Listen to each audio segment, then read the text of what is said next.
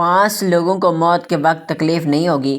5 لوگ ایسے ہیں جن کو موت کی تھوڑی بھی تکلیف نہیں ہوگی۔ وہ خوش نصیب 5 لوگ یہ ہیں۔ بسم اللہ الرحمن الرحیم۔ 5 لوگوں کو مرتے وقت تھوڑی سی بھی تکلیف نہیں ہوگی۔ وہ 5 لوگ کون سے ہیں؟ جاننے کے لیے ویڈیو کو آخر تک ضرور دیکھیے گا۔ نزاع کے وقت مسلمان کو جو تکلیف ہوتی ہے اس پر اللہ رب العزت کی جانب سے نیکیاں عطا کی جاتی ہیں، جیسے کہ سنن ابن ماجہ میں روایت ہے، حضرت عائشہ رضی اللہ تعالی عنہ سے مروی ہے کہ رسول اللہ صلی اللہ علیہ وآلہ وسلم ان کے پاس تشریف لائے، اس حال میں کہ ان کے پاس ان کا کوئی قریبی رشتہ دار موت کی سختی میں مبتلا تھا۔ رسول اکرم صلی اللہ علیہ وآلہ وسلم نے مشاہدہ فرما کر حضرت عائشہ رضی اللہ تعالی عنہ سے فرمایا، عائشہ اپنے رشتہ دار پر غمگین نہ ہو، اس لیے کہ یہ اس کی نیکیاں ہیں۔ نیز حضرت عائشہ رضی اللہ تعالی عنہ سے ہی اس مضمون کی روایت ہے کہ جب سے رسول اللہ صلی اللہ علیہ وآلہ وسلم کی وفات کی تکلیف میں نے دیکھی، اب میں کسی مسلمان میت کی حالت نزع کی تکلیف کو اس کے حق میں برا نہیں سمجھتی۔ بس مذکورہ حدیث سے معلوم ہوتا ہے کہ نزع کے وقت ہونے والی سختی مرنے والے کی بدعمالیوں کا ہرگز نتیجہ نہیں ہوتی۔ مسلمان کے حق میں اس پر اجر و ثواب اور گناہوں کی معافی کی امید رکھنی چاہیے۔ ناظرین، 5 عورتوں کو مرتے وقت ذرا بھی تکلیف نہیں ہوگی۔ حضرت عثمان غنی رضی اللہ تعالیٰ عنہ نے فرمایا تھا، دنیا میں 5 لوگ ایسے ہیں جن کو مرتے وقت تکلیف نہیں ہوگی، ان کی روح آسانی سے نکلے گی۔ حالت نزع میں انسان کی آدھی روح اندر ہوتی ہے اور آدھی روح باہر ہوتی ہے، اور بندہ تکلیف میں ہوتا ہے۔ اس وقت انسان کو پیاس اتنی لگتی ہے کہ انسان یہ چاہتا ہے کہ سمندر کا پانی بھی پی جاؤں۔ اگر بالفرض 7 سمندر کا پانی وہ پی بھی جائے پھر بھی اس کی پیاس کبھی ختم نہیں ہوگی۔ روح نکلتے وقت انسان کو جو تکلیف رہی ہوتی ہے وہ ناقابل بیان ہے۔ حضرت سیدنا عثمان غنی رضی اللہ تعالیٰ عنہ نے فرمایا، یہ 5 لوگ ایسے ہیں کہ انہیں مرتے وقت ذرا بھی تکلیف نہ ہوگی، یعنی موت آسان ہوگی اور بغیر تکلیف کی ہوگی۔ پوچھا گیا کہ جناب وہ کون سے 5 لوگ ہیں جنہیں موت کی سختی بھی نرمی میسر ہوگی؟ تو فرمانے لگے کہ سب سے پہلا شخص وہ ہے جو اپنے ماں باپ کی موت کے بعد، یعنی ماں باپ کے مرنے کے بعد، وراثت کا حصہ اپنی بہنوں کو پہنچانے میں جلدی کرتا ہے، یعنی وراثت کا حصہ اپنی بہنوں کو جلد اور بر وقت پہنچاتا ہے۔ ایسا نہ ہو کہ بہن کے بچے بھوک سے بلکتے رہیں اور تم بہن کے حق پر قبضہ کیے بیٹھے رہو، اور بہن اس انتظار میں رہے کہ میرا بھائی کب مجھے میرے ماں باپ کی وراثت میں سے حصہ دے گا۔ بہت بار یہ بھی دیکھنے میں آتا ہے کہ بہن کی شادی نہیں ہوئی جبکہ والدین دنیا سے رخصت ہو گئے، تو بھائی نے کہا کہ کوئی بات نہیں، جب بہن کی شادی کروں گا تو اس کا حصہ اسے جہیز کی صورت میں دے دوں گا۔ یاد رہے کہ اسلام میں بہنوں کو جہیز دینا فرض نہیں ہے، جبکہ ان کا حق، وراثتی حق ان کو دینا فرض ہے۔ دراصل عورت کو جہیز دینا یہودیوں کی رسم ہے، اسلام اس کی ترغیب نہیں دیتا، لیکن اسلام میں عورت کا وراثتی حصہ دینا فرض ہے۔ واضح ہے کہ والدین کے ترکہ میں سے جس طرح ان کی نرینہ اولاد کا حق و حصہ ہوتا ہے، اس طرح بیٹیوں کا بھی اس میں شرعی حق و حصہ ہوتا ہے۔ والدین کے انتقال کے بعد ان کے ترکہ پر بیٹیوں کا خود تنہا قبضہ کر لینا اور بہنوں کو ان کے شرعی حق سے محروم رکھنا اور جائز اور سخت گناہ ہے۔ بھائیوں پر لازم ہے کہ بہنوں کو ان کا حق و حصہ اس دنیا میں سے دے دیں، ورنہ آخرت میں دینا پڑے گا، اور آخرت میں دینا آسان نہیں ہوگا۔ حدیث مبارک میں اس پر بڑی وعیدیں آئی ہیں۔ حضرت سعید بن زید رضی اللہ تعالیٰ عنہ فرماتے ہیں، رسول اللہ صلی اللہ علیہ وآلہ وسلم نے فرمایا، جو شخص کسی کی بالشت بھر زمین بھی از راہ ظلم لے گا، قیامت کے دن 7 زمینوں میں سے اتنی زمین اس کے گلے میں توق کے طور پر ڈالی جائے گی۔ ایک اور حدیث مبارکہ میں ہے، حضرت انس رضی اللہ تعالیٰ عنہ فرماتے ہیں، رسول اللہ صلی اللہ علیہ وآلہ وسلم نے فرمایا، جو شخص اپنے وارث کی میراث کاٹے گا، یعنی اس کا حصہ نہیں دے گا، اللہ تعالیٰ قیامت کے دن اس کی جنت کی میراث کاٹ لے گا۔ یاد رہے کہ جہیز کی رسم اسلام کی رسم نہیں ہے بلکہ یہودیوں کی رسم ہے، اور اس کا سب سے بڑا نقصان ہے کہ جس طرح یہودی کی عورت کو بغیر جہیز کے کوئی شخص قبول نہیں کرتا تھا، اسی طرح آج اسلام میں بھی عورتوں کی شادیوں میں سب سے بڑی رکاوٹ جہیز ہے۔ غریب آدمی کی بیٹی بیٹھی بیٹھی بوڑھی ہو گئی، کہ جہیز کا کوئی بندوبست نہ ہو سکا۔ اسی طرح اگر کوئی شخص یہ کہے کہ میں بہن کا وراثتی حصہ تو نہیں دے سکتا، البتہ جب اس کی شادی کا وقت ہوگا تو جہیز دے دوں گا، لہٰذا فرمایا گیا کہ بہنوں کو بر وقت حصہ دینے والے کی روح موت کے وقت بڑی آسانی سے نکلتی ہے۔ ایک عورت کا بھائی جب فوت ہوا تو عورت نے بہت اصرار کیا کہ مجھے بھی قبرستان میں لے چلو، میں بھی اپنے بھائی کی قبر پہ جانا چاہتی ہوں۔ خیر، اس کے اصرار کو قبول کیا گیا اور اسے قبرستان میں اس جگہ لے جایا گیا جہاں اس کے بھائی کی تدفین ہونے والی تھی۔ اس کے دیکھتے ہی دیکھتے میت کو قبر میں اتارا گیا اور اس کے بھائی کو مٹی کے سپرد کر دیا گیا۔ جب دعا کی باری آئی تو تمام عزیز و اقارب کے سامنے اس روتی ہوئی بہن نے آسمان کی جانب اپنے ہاتھ اٹھائے اور آسمان کی جانب دیکھا۔ اس کا دل رو رہا تھا، آنکھیں چم چم برس رہی ہیں۔ اس نے ایک ایسی دعا کی کہ لوگوں کے مردہ ضمیر کو جگا دیا۔ روتی ہوئی بہن نے آسمان کی جانب دیکھ کر فرمایا کہ اے میرے اللہ، اے میرے مالک، اے انصاف کرنے والے رب، آج میرا بھی انصاف کر دے۔ رو رو کر کہنے لگی، اے میرے مالک، تم میرے اس ظالم بھائی کو اپنی رحمت سے دور رکھنا، ایسے دور رکھنا جیسے اس نے میرے والدین کی وراثت سے مجھے دور رکھا ہے۔ میرے بچے بھوک سے بلکتے رہیں، لیکن اس ظالم کو میرا بچوں پر ذرا بھی ترس نہ آیا۔ میں اپنے بچوں کو حرام جانور کا گوشت کھلانے پر مجبور ہو گئی۔ میرے بچوں نے بڑی غربت کی زندگی گزاری ہے، جبکہ میرے اس ظالم بھائی کو کبھی بھی یہ حیا نہ آئی، کہ کبھی بھی رحم نہ آیا، کبھی بھی ترس نہ آیا کہ میں اپنی بہنوں کی وراثت کا جو ان کا حق ہے اسے ادا کروں۔ اے میرے مالک، تو آج انصاف کر دے، اور جس طرح سے اس نے میری وراثت کے حق سے مجھے دور رکھا، اسی طرح سے تو اسے اپنی رحمت سے دور کر دے۔ تو ناظرین، صرف ایک لمحے کے لیے دل پر ہاتھ رکھ کر یہ سوچو کہ جب تم اپنی بہنوں کو ان کی وراثت کا حق ادا نہیں کرو گے تو کیا تمہاری بہنیں تمہارے لیے مغفرت کی دعا کریں گی یا جہنم کی دعا کریں گی؟ بہن کے لیے ظالم بن کے مرو گے یا بہن کے لیے مظلوم بن کے؟ ناظرین، بہن کا حق کھانا ایسا ہے جیسے خنزیر کا گوشت کھانا۔ دوسرا وہ شخص جس کی روح مرتے وقت بڑی آسانی سے نکلے گی، اور میں کثرت سے صدقہ کرنے والا شخص، یعنی ایسا شخص جو اللہ اور اس کے رسول صلی اللہ علیہ وآلہ وسلم کی رضا کے لیے اپنے مال و دولت میں سے یوں صدقہ کرتا ہے کہ جب وہ اپنے ایک ہاتھ سے کسی کو دیتا ہے تو دوسرے ہاتھ کو پتہ بھی نہ چلے۔ صدقہ صرف ایک مالی عمل نہیں بلکہ ایک ایسا روحانی عمل ہے جو انسان کے دل کو نرم کرتا ہے، اس کے اندر احساس، اس کے اندر ہمدردی اور اسے اللہ سے قربت کا جذبہ پیدا کرتا ہے۔ جب انسان اللہ کی راہ میں کچھ دیتا ہے تو وہ حقیقت میں اللہ سے سودا کرتا ہے جس کا نفع دنیا اور آخرت میں نظر آتا ہے۔ صدقہ ایک ایسا دروازہ ہے جو انسان کے گناہوں کو دھو دیتا ہے، اس کے مال میں برکت ڈالتا ہے اور آنے والی مصیبتوں کو ٹالتا ہے۔ صدقہ نہ صرف انسان کے لیے بلکہ اس کے اہل و عیال کے لیے بھی رحمت کا باعث بنتا ہے، اور رسول اللہ صلی اللہ علیہ وآلہ وسلم نے فرمایا کہ صدقہ بلاؤں کو ٹالتا ہے اور عمر میں برکت پیدا کرتا ہے۔ ایک دوسرے موقع پر ارشاد فرمایا، صدقہ دو اگرچہ آدھا کھجور ہی کیوں نہ ہو، کیونکہ وہ جہنم کی آگ سے بچاتا ہے۔ غور کریں کہ ہم روزمرہ کتنی فضول چیزوں پر خرچ کرتے ہیں جو نہ ہمیں دنیا میں فائدہ دیتی ہیں اور نہ ہی آخرت میں۔ اگر انہی پیسوں کا کچھ حصہ ہم کسی بھوکے، ننگے، بیمار یا یتیم پر خرچ کریں تو وہ نہ صرف ہماری دنیا سنوار سکتا ہے بلکہ آخرت کا سرمایہ بھی بن سکتا ہے۔ قرآن پاک میں اللہ تعالیٰ نے فرمایا، جو لوگ اپنے مال اللہ کی راہ میں خرچ کرتے ہیں ان کی مثال اس دانے سی ہے جیسے 7 بالیاں نکلیں اور ہر بالی میں 100 دانے ہوں، اور اللہ جس کے لیے چاہے بڑھا دیتا ہے۔ سورۃ البقرہ۔ صدقہ در حقیقت اللہ کے خزانے میں محفوظ کیا جانے والا مال ہے، یہ کبھی ضائع نہیں ہوتا بلکہ اللہ اسے کئی گنا بڑھا کر واپس لوٹاتا ہے۔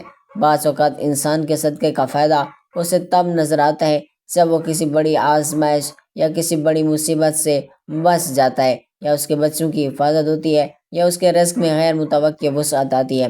اللہ تعالیٰ نے قرآن میں فرمایا کہ نیکی صرف یہی نہیں کہ تم اپنے چہرے مشرق و مغرب کی طرف کر لو، بلکہ نیکی یہ ہے کہ آدمی اللہ پر، یوم آخرت پر، فرشتوں پر، کتاب پر، نبیوں پر ایمان لائے اور مال دے۔ اس کی محبت کے باوجود رشتہ دار، یتیموں، مسکینوں، مسافروں، مانگنے والوں اور غلاموں کو آزاد کرانے میں یہ سورۃ البقرہ ہے۔ یہاں اللہ نے نیکی کا پہلا مظہر مال خرچ کرنا بتایا۔ صدقہ دینے والا شخص اللہ کی نظر میں خاص مقام حاصل کرتا ہے کیونکہ وہ اللہ کی رضا کے لیے اپنا مال قربان کرتا ہے۔ نبی کریم صلی اللہ علیہ وآلہ وسلم نے فرمایا، ہر روز صبح دو فرشتے نازل ہوتے ہیں، ایک کہتا ہے اے اللہ خرچ کرنے والے کو اس کے مال کا نعم البدل عطا فرما، اور دوسرا کہتا ہے اے اللہ روکنے والے کو ہلاکت دے۔ بخاری المسلم۔ اس حدیث سے اندازہ ہوتا ہے کہ جو صدقہ کرتا ہے وہ اللہ کے انعام کا مستحق بن جاتا ہے، جبکہ کنجوس و بخیل شخص نقصان میں ہی رہتا ہے۔ صدقہ نہ صرف مال سے ہوتا ہے بلکہ ہر وہ عمل جس سے کسی دوسرے کو فائدہ پہنچے صدقہ شمار ہوتا ہے۔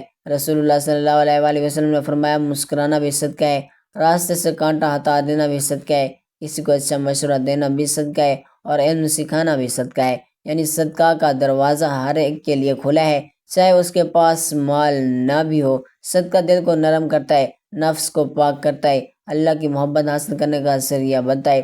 آج کا انسان جس بھی سکونی ذہنی دباؤ اور روحانی خلا کا شکار ہے، اس کا ایک بہت بڑا علاج صدقہ ہے۔ کسی کی بھوک مٹانے، کسی کی بیماری کا علاج کروانے، کسی یتیم کی تعلیم میں مدد دینے، کسی بیوہ کو سہارا دینے، کسی بے روزگار کو روزگار کے قابل بنانے سے جو دعائیں ملتی ہیں وہ انسان کی زندگی بدل دیتی ہیں۔ رسول اکرم صلی اللہ علیہ وآلہ وسلم نے فرمایا، صدقہ دو، اس سے تمہاری مریض شفا یاب ہوں گے اور اس سے تم پر نازل ہونے والی مصیبتیں ٹل جائیں گی۔ یہ وہ وعدہ ہے جو کسی انسان نے نہیں بلکہ نبی رحمت صلی اللہ علیہ وآلہ وسلم نے کیا۔ صدقہ ہمارے لیے صرف مالی سکون ہی نہیں بلکہ روحانی ترقی کا بھی ذریعہ ہے۔ یہ ہماری دعاؤں کی قبولیت کے قریب لے جاتا ہے، ہماری نیکیوں میں اضافہ کرتا ہے اور ہمارے گناہوں کو مٹا دیتا ہے کہ موت کے بعد جب انسان کے تمام اعمال ختم ہو جاتے ہیں تب بھی صدقہ جاریہ اسے فائدہ دیتا رہتا ہے۔ رسول اللہ صلی اللہ علیہ وآلہ وسلم نے فرمایا، جب انسان مر جاتا ہے تو اس کے عمل ختم ہو جاتے ہیں سوائے تین چیزوں کے: صدقہ جاریہ، علم جس سے فائدہ اٹھایا جائے، اور نیک اولاد جو اس کے لیے دعا کرے۔ مسلم شریف۔ آج ہمیں یہ سوچنا ہوگا کہ کیا ہم نے اپنے بعد کچھ ایسا چھوڑا جو ہمیں قبر میں فائدہ دے؟ کیا ہم نے کسی کے لیے پانی کا کنواں کھدوایا، کسی مسجد یا مدرسے میں حصہ لیا، کسی کو علم دیا، یا کوئی ایسی نیکی کی جو ہمارے جانے کے بعد بھی جاری رہے؟ صدقہ ہمیں ان سوالوں کا جواب دیتا ہے۔ صدقہ دینے سے انسان کے اندر عاجزی پیدا ہوتی ہے، وہ اپنے مال کو اللہ کی امانت سمجھنے لگتا ہے اور اس کے دل سے دنیا کی محبت کم ہونے لگتی ہے۔ آج اگر ہر صاحب استطاعت شخص صدقے کی معمول بنا لے تو نہ صرف معاشرے سے غربت، تنگ دستی، مفلسی، بھوک کا خاتمہ ہو سکتا ہے بلکہ اللہ کی رحمتوں کا نزول بھی ہوگا۔ ہمیں چاہیے کہ ہر روز کچھ نہ کچھ اللہ کی راہ میں دیں، چاہے وہ تھوڑی ہی کیوں نہ ہو، کیونکہ اللہ اس نیت کو دیکھتا ہے جس سے ہم صدقہ دیتے ہیں۔ نبی کریم صلی اللہ علیہ وآلہ وسلم نے فرمایا، بندہ جب تک صدقہ دیتا رہتا ہے اللہ اسے اپنے سائے میں رکھتا ہے اور یہاں تک کہ وہ جنت میں داخل ہو جائے۔ لہٰذا صدقہ کو اپنی زندگی کا معمول بنائیں کیونکہ یہ ہمارے لیے دنیا و آخرت دونوں میں کامیابی کی کنجی ہے۔ آج ہی کسی ضرورت مند کی مدد کریں، کسی بھوکے کو کھانا دیں، کسی بیمار کے علاج میں حصہ لیں، اور یہ سب کے لیے اللہ ہے اور وہ راضی ہو جائے، اور جب ہم اس کے دربار میں پیش ہوں تو ہمارے لیے بخشش کا سامان ہو۔ صدقہ اللہ سے قربت کا راستہ ہے، اپنے دل کو روشن کرنے اور اپنی زندگی کو بابرکت بنانے کا ذریعہ ہے۔ یعنی دوسرے انسان وہ ہیں جو کثرت سے صدقہ کریں گے تو اس کی موت کے وقت اس کی روح آسانی سے نکلے گی اور جان کنی کا عمل اس کے لیے تکلیف دہ نہیں ہوگا۔ نمبر 3، ایسا انسان جو اپنی فیملی سے اچھا سلوک کرنے والا ہے، یعنی اپنے ماں باپ، اپنی بیوی، اپنی بچوں، اپنی بہن بھائیوں سے نرم دلی کا رویہ رکھنے والا ہے، اپنی بیوی بچوں سے پیار کرنے والا ہے، حلال کا لقمہ کما کر اپنے بیوی بچوں کی کفالت کرنے والا ہے۔ بزرگان دین فرماتے ہیں کہ جب رزق تنگ ہونے لگے تو دسترخوان کو وسیع کر لیا کرو، یعنی اپنے بیوی بچوں پر خرچ کرنا بھی صدقہ ہے، انہیں کھانا پلانا بھی صدقہ ہے۔ گھر والوں پر خرچ کرنا اسلام میں نہ صرف ایک نیکی کا عمل ہے بلکہ یہ عبادت کے درجے میں شمار ہوتا ہے۔ بہت سے لوگ سمجھتے ہیں کہ نیکی صرف غریبوں، یتیموں یا مسکینوں کو دینا کا نام ہے، حالانکہ رسول اللہ صلی اللہ علیہ وآلہ وسلم نے واضح فرمایا کہ گھر والوں پر خرچ کرنا بھی صدقہ ہے۔ ایک حدیث مبارکہ میں آتا ہے، تمہارا اپنی اولاد پر خرچ کرنا، تمہارا اپنی بیوی بچوں پر خرچ کرنا، تمہارا اپنے خادم پر خرچ کرنا، یہ بھی صدقہ ہے۔ صحیح مسلم۔ اس کا مطلب یہ ہے کہ جو مال ہم اپنے اہل خانہ کی ضروریات، تعلیم، صحت، خوشی کے لیے خرچ کرتے ہیں وہ ضائع نہیں جاتا، بلکہ اس کا اجر اللہ کے ہاں محفوظ ہوتا ہے۔ اور اسلام میں خاندان کو ایک مضبوط اکائی قرار دیا گیا ہے، اور مرد کو گھر کا قوام یعنی نگہبان بنایا گیا ہے۔ اس کا فرض ہے کہ وہ اپنے اہل و عیال کی جسمانی، ذہنی اور روحانی ضروریات کو پورا کرے۔ قرآن میں فرمایا گیا مرد عورتوں پر قوام ہیں، اس وجہ سے کہ اللہ نے ان میں سے بعض کو بعض پر فضیلت دی ہے، اور اس وجہ سے کہ انہوں نے اپنے مال خرچ کیے۔ سورۃ النساء۔ اس سے معلوم ہوتا ہے کہ مرد کا مال خرچ کرنا وہ ذمہ داری ہی نہیں ہے بلکہ فضیلت کا ذریعہ بھی ہے۔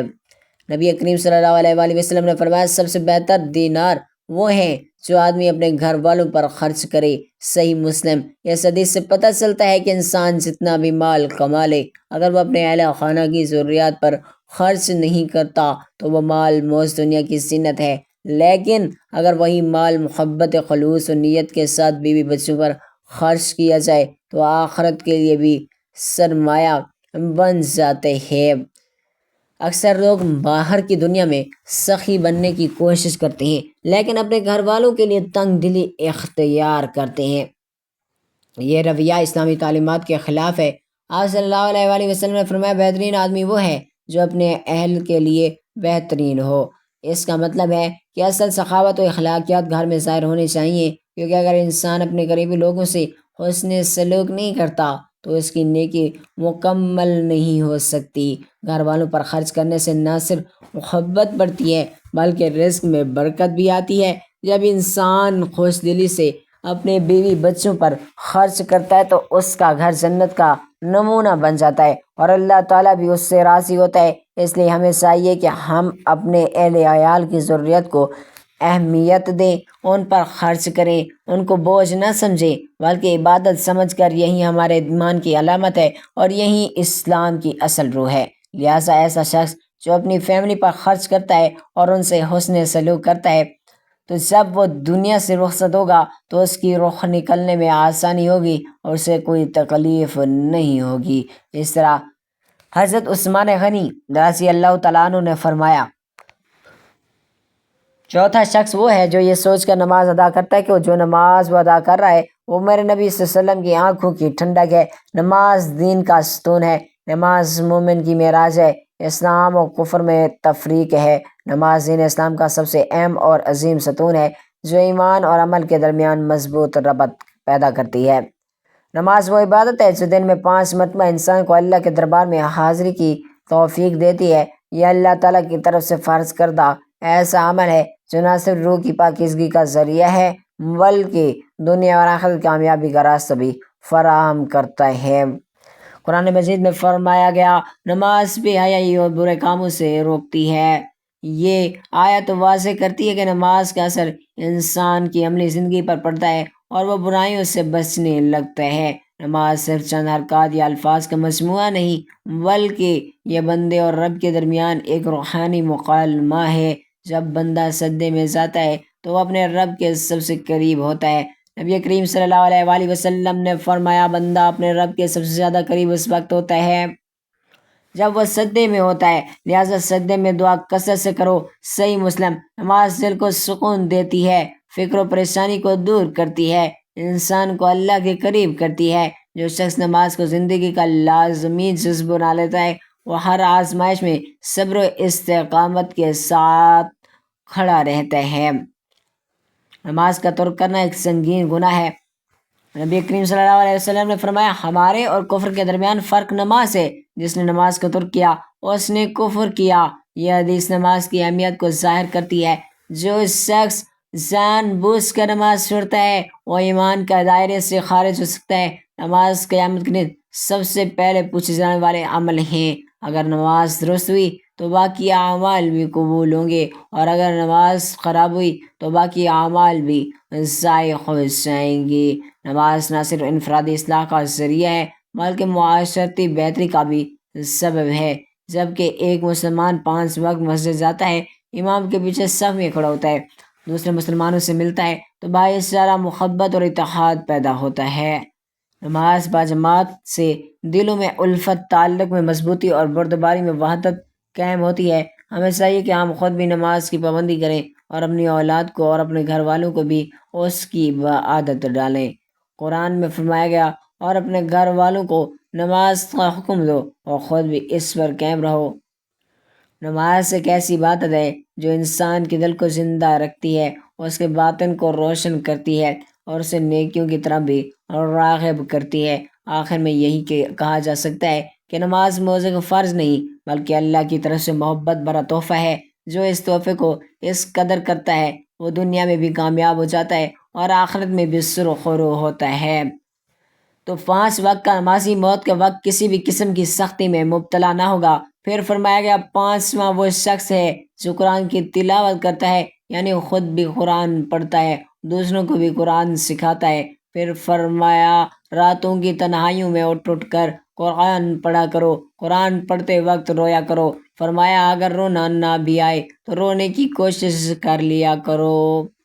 حضرت علی حجویری گنج بخش رحمۃ اللہ علیہ سے کسی نے پوچھا کہ حضرت اگر رونے کی کوشش بھی کریں اور پھر بھی رونا نہ آئے تو پھر کیا کریں؟ تو فرمایا گیا پھر اپنے مقدر پہ رویا کرو۔ کیا تم اتنے سنگ دل ہو گئے ہو کہ تمہاری آنکھیں آنسو بھی نہیں بہاتی ہیں؟ حضرت عائشہ صدیقہ رضی اللہ تعالیٰ عنہ کہتی ہیں کہ جب سے انہوں نے اللہ کے رسول صلی اللہ علیہ وآلہ وسلم کو موت کے وقت درپیش سختی کا منظر دیکھا، تب سے کسی کی آسان موت پر خوش نہیں ہوتی اور آسان موت نصیب ہونے کی تمنا بھی نہیں کرتی، کیونکہ وہ جان چکی تھی کہ وہ نہ تو موت کی سختی مرنے والے کے برے انجام کی دلیل ہے اور نہ آسان موت کوئی عزت و افزائی کی بات ہے۔ اگر سچ مچ ایسا ہوتا تو اللہ کے رسول صلی اللہ علیہ وآلہ وسلم کو آسان سے آسان تر موت نصیب ہوتی۔ یہی وجہ ہے کہ وہ نہ صرف موت کی سختی کو ناپسند کرتی تھی اور نہ کسی کی آسان موت پر خوش ہوتی تھی۔ موت کی سختی کے بارے میں حضرت عائشہ رضی اللہ تعالیٰ عنہ سے روایت ہے، آپ رضی اللہ تعالیٰ عنہ فرماتی ہیں کہ میں نے رسول اللہ صلی اللہ علیہ وآلہ وسلم کو حالت نزا میں دیکھا۔ آپ صلی اللہ علیہ وآلہ وسلم کے پاس پانی کا ایک پیالہ رکھا ہوا تھا۔ آپ صلی اللہ علیہ وآلہ وسلم اس میں ہاتھ داخل کرتے اور پھر اپنے چہرے پر پھیر لیتے تھے اور فرماتے تھے کہ یا اللہ موت کی سختی میں میری مدد فرما۔ مختلف حدیث مبارکہ سے معلوم ہوتا ہے کہ مومن کی روح بہت آسانی سے نکلتی ہے اور روح کے نکلتے ہی اس کے لیے خوشخبریاں شروع ہو جاتی ہیں، جبکہ کافر کے بارے میں آتا ہے کہ اس کی روح انتہائی سختی کے ساتھ قبض کر لی جاتی ہے اور اسی وقت سے ہی اس کے برے احوال شروع ہو جاتے ہیں۔ البتہ متعدد احادیث مبارکہ میں یہ بھی مذکور ہے کہ اللہ تعالیٰ نے موت کے اندر ایک ایسی شدت اور سختی رکھی ہے کہ اس کا احساس دنیا سے جانے والے ہر شخص کو ہوتا ہے، خواہ وہ نیک مسلمان ہو یا بد ہو یا کافر ہو۔ لیکن مومن پر جو تکلیف آتی ہے وہ اس کے گناہوں کی معافی اور درجات کی بلندی کے لیے ہوتی ہے، جبکہ کافر پر تکلیف اس کی بداعمالیوں کی سزا کے طور پر آتی ہے۔ چنانچہ ایک حدیث میں آتا ہے کہ مومن گناہ کرتا ہے، اس وجہ سے اس پر موت کے وقت سختی کی جاتی ہے تاکہ اس کے گناہوں کا کفارہ ہو، اور کافر بھی نیکی کے کام کرتا ہے تو اس پر اس کی موت کے وقت کچھ آسانی کر دی جاتی ہے تاکہ اس کے ان کے اچھا کاموں کا بدلہ ہو۔ اس حدیث سے یہ بات معلوم ہوتی ہے کہ ہر شخص کی موت اس کی دنیا میں کیے گئے اچھے اور برے اعمال کے مطابق ہوتی ہے۔ تاہم علماء کرام اور محدثین نے یہ لکھا کہ مومن کی جو بھی تکلیف ہوتی ہے، خواہ وہ تکلیف اس کے گناہوں کی بخشش کے لیے ہو یا اس کے درجات کی بلندی کے لیے ہو، وہ حالت نزا عین روح نکلنے کے وقت سے پہلے ہوتی ہے، اور جب اس کی روح نکل رہی ہوتی ہے تو اس وقت اللہ تعالیٰ اس کی تمام تر تکالیف کو دور فرما کر سہولت اور آسانی سے روح قبض لیتے ہیں، آنے والے مراحل بھی آسان فرما دیتے ہیں۔ اور اللہ پاک سے دعا ہے کہ اللہ پاک ہم سب مسلمانوں کی موت کے وقت کی سختیوں کو دور فرمائے اور ہمارا خاتمہ ایمان پر فرمائے، آمین یا رب العالمین۔ ناظرین، ویڈیو اچھی لگی ہو تو ویڈیو کو لائک کریں، شیئر کریں اور ہمارے اس معلوماتی چینل کو سبسکرائب کریں، اور کمنٹ باکس میں اللہ تعالیٰ کے 99 ناموں میں سے کوئی ایک نام ضرور ٹائپ کریں۔ اگلی ویڈیو تک کے لیے اجازت دیجیے، اللہ حافظ۔ اللہ تعالیٰ ہم سب کا حامی و ناصر ہو۔ جزاک اللہ۔